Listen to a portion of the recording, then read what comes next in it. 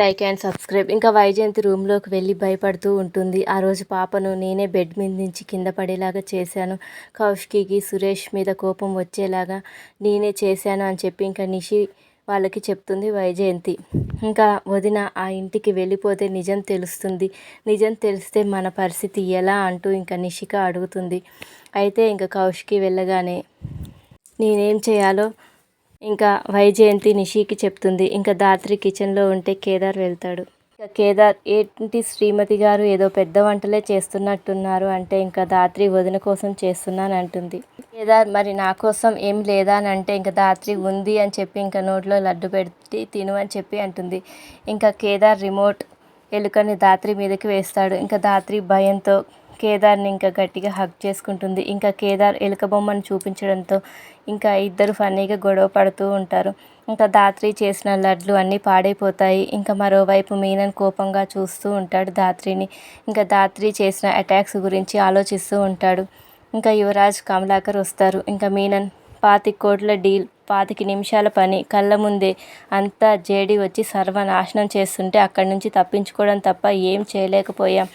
అక్కడ ఏం జరిగింది యువరాజ్ అని అంటే ఇంకా యువరాజ్ బాయ్ గన్స్ మా ఇంట్లో ఉన్నాయని కానీ అక్కడ డెలివరీ చేస్తున్నామని కానీ మనకి డిసైడ్ అయ్యిందే లాస్ట్ మినిట్లో బాయ్ అని చెప్పంటే ఇంకా కమలాకర్ అక్కడికి జేడి ఎలా రాగలిగిందో మాకు అర్థం కాలేదు బాయ్ అని చెప్తూ ఉంటారు.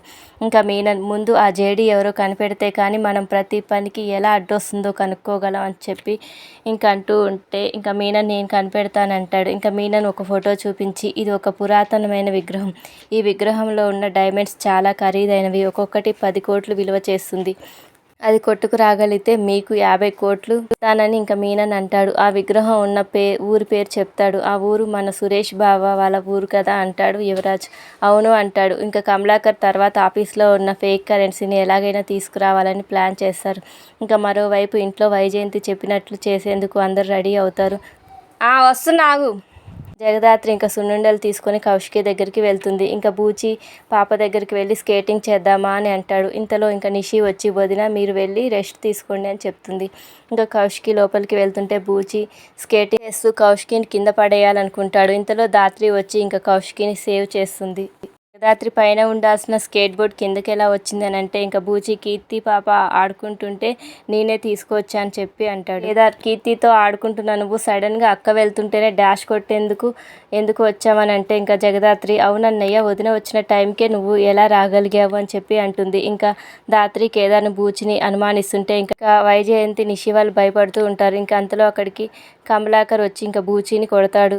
ఇల్లు అనుకుంటున్నావా ప్లే గ్రౌండ్ అనుకుంటున్నావా అని చెప్పి అంటాడు. ఇంకా కౌశికి సురేష్ ఇంకా థ్యాంక్స్ చెప్తారు. Thank you for watching. Please subscribe my channel.